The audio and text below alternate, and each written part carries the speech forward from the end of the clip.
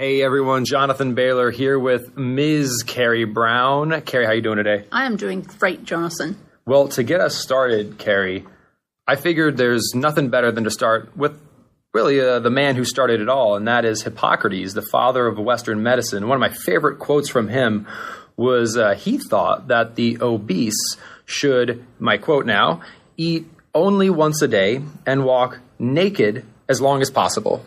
Please tell me that we've moved on from that, because I am not into eating once a day or walking around naked. Well, I'll agree with you, Carrie, at least on that first part, although I've heard stories that would disagree with the latter. Carrie has no comment. I will neither confirm nor deny Jonathan's harassment. But the good news is Dr. Friedman from Rockefeller University agrees with you, and he says that progress in the area of fat loss will require that we move beyond this 2,000-year-old prescription and instead develop strategies that are based on 21st century science. Well, thank goodness for that. So let's hear some of this science. Some of this science. Well, 5 key things that we're going to talk about here. First, studies have shown that certain foods cripple our ability to burn fat, regardless of how little of them we eat. We'll see that it's not really about eating less. It's about eating the right kinds of foods. So I get to eat more? You get to eat more, smarter. Awesome. And we'll also see how actually not only can we eat more and not gain fat, but eating more is key to burning fat. Think of it as fueling a kind of a metabolic fire that we need to light.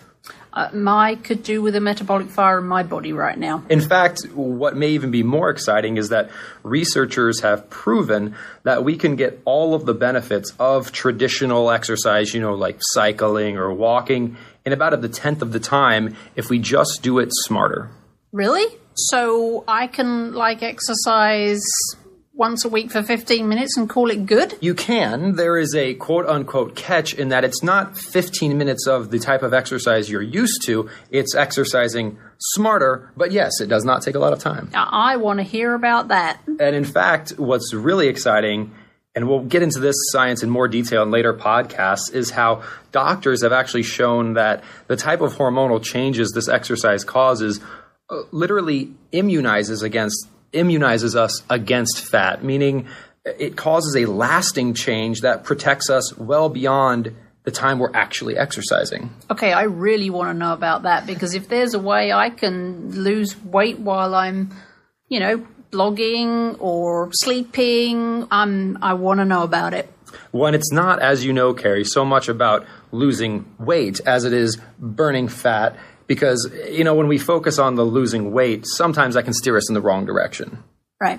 So the key thing is fixing the underlying metabolic condition that causes us to store excess body fat in the first place. That sounds great to me. So fundamentally, you may be wondering, this all sounds great. Why haven't we heard about it before? I got to tell you, it does sound a little unbelievable. And when I think about for the last, not to give my age away, but for the last 20 years, you go to the grocery store and you see the magazines and they've got, how to lose 10 pounds in 2 weeks, or how to get thin and stay there forever, and so on and so forth. And you see all these things, but they don't actually work. So I must admit, I'm a bit jaded to the whole, it's too good to be true, I guess. Well, the good news, Carrie, is that it can definitely be too good to be true when it's more of the same. If it's just a new technique we use to eat less and a new technique we use to exercise more, you'd be right to be suspicious of that, because, we've been told to do that since the 1970s, and look where it got us. Well, I've tried it and it never got me anywhere. So the good news here is that we are proposing, and the science shows, that if we take a dramatically atypical approach, eat more and exercise less, but do that smarter, well, that's been proven to generate a very atypical result, which kind of makes a lot of sense. Do something different to get something different. So you've got a body of work that has actually been scientifically studied, and people have actually got to what you're talking about? Absolutely, Carrie. The smarter science of slim is really the distillation of over 1,100 international research studies, about 10,000 pages of research. And just to capture how exciting this research is, you mind if I let me talk about one study on this smarter versus harder approach, like I like to refer to it, done at Skidmore College. Is that all right? That'd be great. All right, cool. So at Skidmore College, basic study, but very interesting. 2 groups of people. One of them exercised more, specifically 18 hours more, and they ate less, but they ate less of a traditional diet, the very high carbohydrate, low fat, low protein type diet. Was it with me so far? 2 groups. Okay. One ate less and exercised more. Okay. Study lasted 12 weeks, and it had 34 women, 29 men between the ages of 20 and 60. Oh, so that was a great range. Yep, so a great range. So at the end of 12 weeks, here was the result of the study. The smarter group, again, remember, they exercised for 18 hours less, and they ate more, but they did it using the most rigorous science out there to do it smarter. They lost more than twice as much body fat. Really? And then, wait, it gets better. They also developed some compact, calorie-hungry, lean muscle tissue, while the harder group burnt up their lean muscle tissue, which is the last thing we want to do if we want to keep fat off our body long-term. I must admit, hearing you say that, after being bombarded, like we have been for the last however long, 40 years, with eat less and exercise more is the way to do it. It sounds impossible what you've just said. Well, and it actually gets better, not to sound too infomercially, but the smarter group actually lost 100% more belly fat and then improved their LDL cholesterol levels by more than twice as much. That's incredible. And the reason, again, it works is because this technique is a fundamentally different mindset. It's not focused on calories in and calories out, which we all know fails. It's about changing our core biology and basically restoring our body's natural ability to keep us healthy and fit. Can we really do that? We can absolutely do it. And in fact, we all know people that do it already. We all know people that eat whatever they want, don't exercise, and stay slim and healthy. It's easier for me to believe that people who have always been like that can keep going. But what about the people, including me, who have, moved past that? I used to be naturally skinny when I was younger, but around about my mid-30s, that ability to eat what I wanted and stay skinny suddenly left me. And so now I've gone to the other side where I'm the dark side. The dark side. And I'm not huge, right? But I'm heavier than I would like to be, and I've got wobbly bits that I don't really care for. And if you're like me on the other side, can you get me back to my skinny self? So what I hear you asking, Carrie, is can we use science and can we use food and exercise to basically make your body work like it did 10, 20, 30 years ago? Yeah, that's exactly my question, only much more eloquently said than I did. What the research shows is, our body fundamentally regulates our body composition, just like it does our breath, our heartbeat, all that kind of stuff. And we'll get into this much more in later podcasts, but that range is dictated by 2 things: our genetics and our hormones. We can't change our genetics, but we can change our hormones. And if we do this, if we improve the quality of the food we eat and the quality of the exercise we get, we can change our hormonal balance and basically just make it work like it did in the past. Just turn the clock back. I want to hear what you have to say, because if that's possible, then I'm in. Well, again, it's not a question of possibility. Science has shown that, which is so exciting.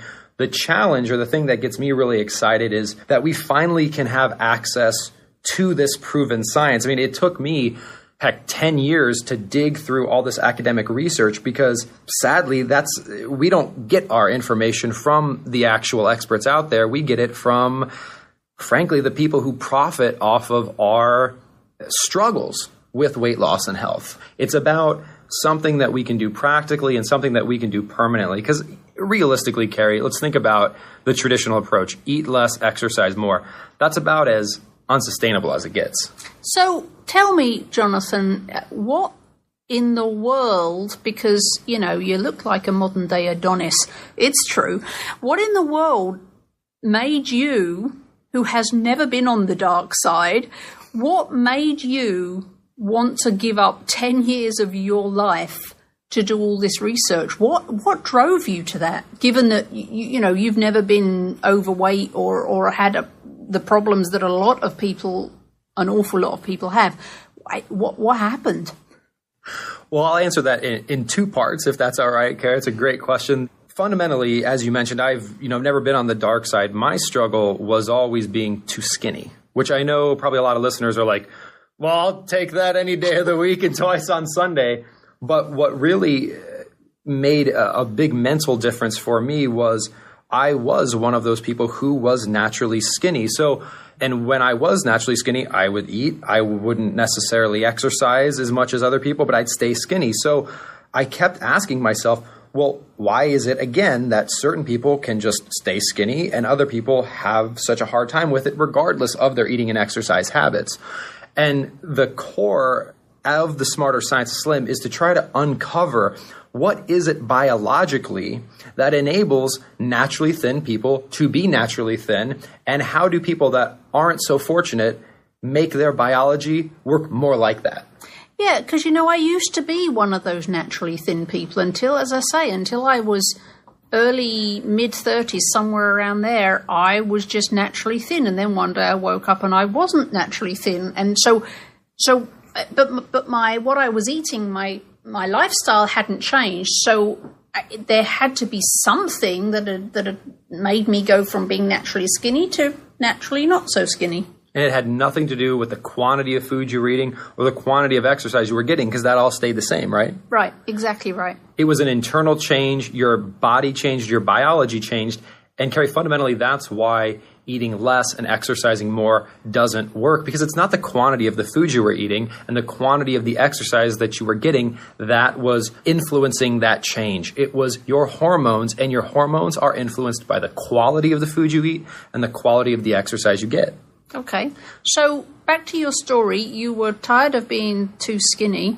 The thing that really set me over the edge was I've always been interested in this. And in fact, as early as high school, I became a personal trainer. And immediately when I started working with people who weren't as fortunate as me, I began to see how impractical eating less and exercising more was in the long term. They'd come and they'd work with me. I'm their trainer here at Valley Total Fitness in Columbus, Ohio. And while we worked together, while I was there telling them to starve themselves and to exercise for upwards of 2 hours a day, because again, that's what I've been taught. That's what everyone was taught. They'd get results, but then they would go about living their normal lives and inevitably gain all of the weight back and then some. And it broke their heart and it broke my heart. And I was at fault, right? I was telling them to do something that's just not sustainable. So I set out really the only place I had left to look, because again, I had exhausted all traditional forms of health and fitness education, went to the actual experts, dug into the geeky academic data, and sought to find a more practical and permanent approach. And so that took you 10 years. It took me 10 years, due in part to the fact that I didn't pause my entire life while I was doing it. I probably could have done it faster, but life goes on, and that's something we'll talk a lot about, Carrie. I know you're passionate about that, and that's life has to be able to go on while we're doing this. We can't, we see these models and people, and, if you have 6 hours a day and if you're on a television show and that's all you do, you can eat less and exercise more. Yeah, I could be really gorgeous if someone paid me $100,000 to get out of bed in the morning. But for the rest of us, for the other 95%, because eat less, exercise more has been proven in studies to fail for all but about 4.6% of people. For the other 95% of us, we can't be forced to be hungry. It's not going to work. We can't be forced to spend 1 or 2 hours a day away from our more important things in our lives. We have to just use science to make smarter food choices, to make smarter exercise choices, and restore our body's natural ability to be healthy. Okay. So how do we do that? I have no idea, but I'm hoping you're going to tell me. The first thing we have to do, Carrie, is we have to reprogram our minds, because we've been so brainwashed with this approach that just doesn't work. Eat less, exercise more, and the evidence is all around us. We have to break down why that's wrong and what's right in its place. You're right, but I'm just sitting here thinking, I think that's going to be really difficult. because we have been so brainwashed with the eat less and exercise more. I mean, it's everywhere you go. It's on every newsstand. It's on every box of so-called health food. We're just bombarded with it from everything. They have the same mantra. And I think it's going to be really difficult to break that. Most people who live the smarter science of slim find that the most challenging part has nothing to do with what they're eating. It has nothing to do with how they're exercising. It has to do with the mental aspect and just giving it a shot and letting go of the dogma that has been so ingrained. But again, we know it doesn't work. We know it's been what we've all been told for the past 40 years, and the increase of cardiovascular disease and heart disease have both doubled. The incidence of diabetes has gone up by 300%. The incidence of overweight and obesity has gone up 75%. All around us, we have the evidence that we need a new mental model. And the good news is science shows it. We just have to provide a lot of evidence because we have so much baggage we have to undo in our minds. It's funny you should mention diabetes. When I first moved over to the States from England, I was staggered at the number of people here who have diabetes. In England, you don't know. It's very rare that you meet someone with diabetes, and when you do, it's like, gosh, that's terrible. You know, how do you? I mean, it's a terrible disease. But you just never meet anyone every once in a while. And then I moved here and it seemed like everybody I knew had diabetes. And it's amazing how even since I've been here over the last 11 years, the increase in the amount of people with diabetes has just risen and risen and risen. And it truly, to me, seems like everybody has it these days. But it's almost like because so many people have it, it's now not almost considered to be normal, not a terrible disease, but it is. It absolutely is. And that is, again, Carrie, it's so systemic or so indicative of the systemic problem we have. And that's, well, you know, we can just take insulin. Well, no, diabetes indicates a fundamental breakage of our metabolic system, and we can heal it. We can cure it. We don't have to just treat the symptoms with medication. We can cure it by improving the quality of our diet and the quality of our exercise. And again, where that starts is by rebooting our mind. And 3 big myths we'll cover, Carrie. The first is calories in, calories out, which has been absolutely positively disproven by studies time and time and time again. And I know you have some personal experience with this not working out, Carrie. Yeah, it doesn't work. And it's kind of, you know, like the definition of insanity watching all of this, because, you know, the definition of insanity is doing the same thing and expecting a different result. But we've been doing that for 40 years. And we're still doing it because the story on the street is eat less and exercise more. Or, you know, what you eat versus what you expend in calories is how you control your body weight. And I know that doesn't work because I tried it. And the thing that gets tough is our body, it's not that calories are irrelevant or that these things don't matter. It's just that when our body is functioning properly, when we get out of our body's way, when we unclog our metabolism, it will automatically balance calories in, calories out for us, just like it regulates our heartbeat and our breath and our blinking. I mean, imagine if we had to consciously regulate breaths in versus breaths out. Well, I want magically regulating weight. Well, and it's not magic. I know it sounds like magic, but again, Carrie, remember when you were naturally thin. And we all know there's millions of people in the world who already show that this is possible. Again, the question is not, can our bodies automatically regulate us around a slim set point? Millions of people have already proven that. The question is, how do we get our bodies to behave more like that? So the second big myth we'll cover is, again, we always hear this, a calorie is a calorie is a calorie. And this is one that I'm going to get fired up about because it's just so scientifically unsound. You get fired up about everything. I do, but I get even more fired up about this one because we all intuitively know it, right? If you eat 200 calories of spinach and lean protein, we all know that's going to do something different than if you drink 200 calories of a sugary soda. So why are we still clinging on to the insanity that we have been for the past 40 years, knowing deep down that it doesn't work? We haven't been given an alternative.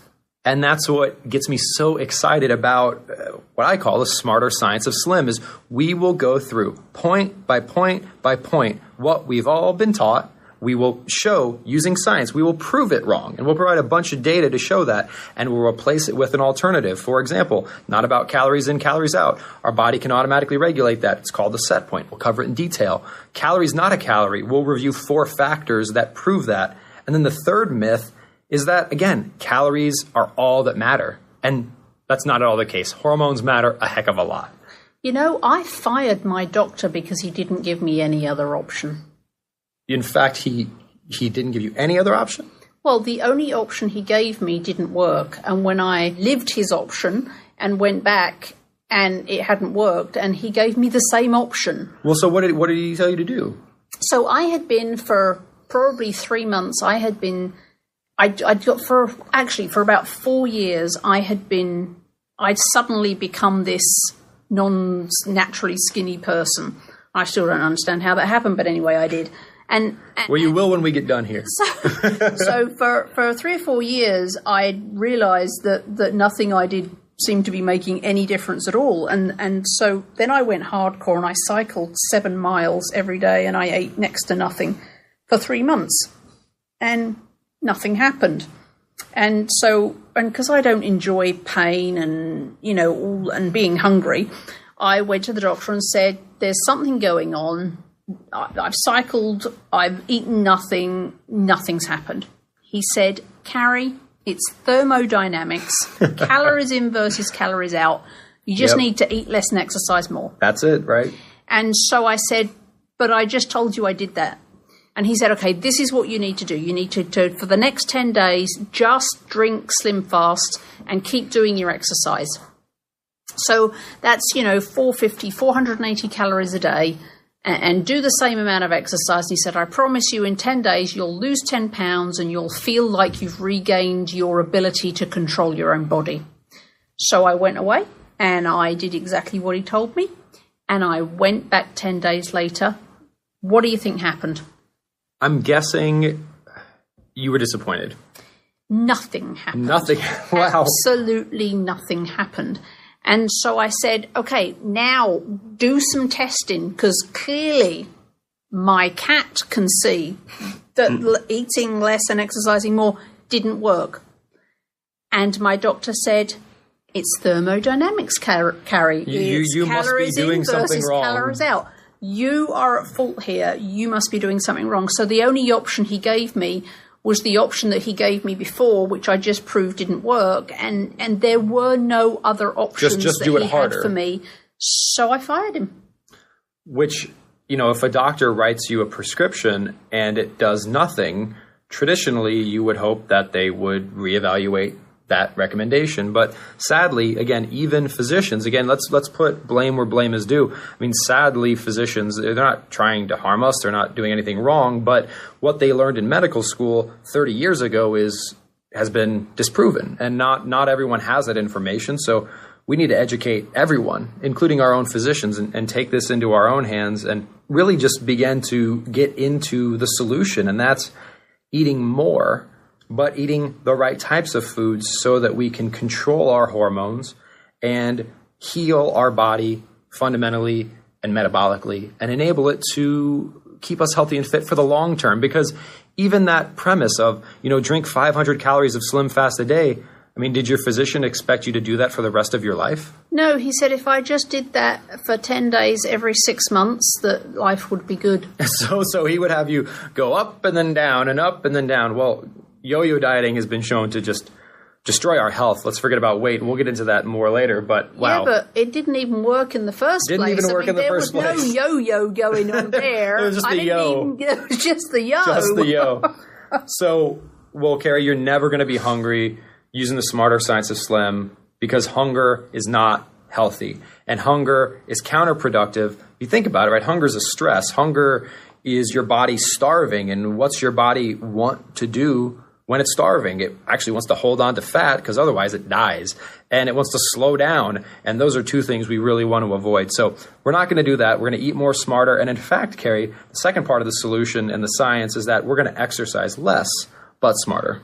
I am so up for exercising less because I don't have a love-hate relationship with my bike. I have a hate-hate relationship with my bike. There's no love there. There is no love there. There will be no love lost. Well, and the good news is you don't have to throw your bike away. We will use it. And it's not that exercise is bad. It's just that there's been a specific type of exercise which is very high quality. And because it's so high quality, we don't need a lot of it. And frankly, we can't do a lot of it because we'll be so sore. But you can still use your bike and you can still do all your favorite exercises. It's just doing it in a new way, which is pretty exciting. Jonathan, I don't have a favorite exercise. It doesn't work. So I don't want to do it unless you're telling me that there really is another option to eating less and exercising more. If there really is another option that my doctor didn't know about, then I will give it my best shot. Well, there absolutely is, Carrie. And let me Dr. Woolley from the University of Cincinnati really puts this great. And he says that the failure of heavy people to achieve a goal they seem to want, and to want almost above all else, must now be admitted for what it is, a failure not of those people, but of the methods of treatment that are used. All right. I'm ready. You're ready. Well, I got to get you a little bit more excited, Carrie, because I got another quote here, and I got to use my quotes. The second quote is from Dr. Sunkard over at the University of Pennsylvania, who speaks to the medical profession in general and says, how may the medical profession regain its proper role in the treatment of obesity? We can begin by looking at the situation as it exists and not as we would like it to be. If we do not feel obliged to excuse our failures, we may be able to investigate them. And let's do that here, Carrie. Let's investigate the proven science. Let's simplify it. Let's talk about how we can live it every day. And let's eat smarter, exercise smarter, and live better. That's the best idea I've heard in a long time. Well, starting next week, folks, we'll dig into the science. We'll keep it simple. And Carrie will ensure that it's sexy, because that's what Carrie does. She makes things sexy. What we'll do, folks, we'll get into your fat metabolism system. What's it? This mysterious thing that automatically regulates your weight. Well, it's not mysterious. It's been broken down by scientists. And we'll dig into that simple science next podcast. Carrie, what do you have to say for yourself? This sounds too good to be true, and I want to find out if it is. Well, we've tried eating less and exercising more, and it hasn't worked. So a proven alternative that is fundamentally atypical, promising a fundamentally atypical result, hopefully makes a bit of sense. And I look forward to talking more about it with you, Carrie. Signing off, Jonathan Baylor, Carrie Brown.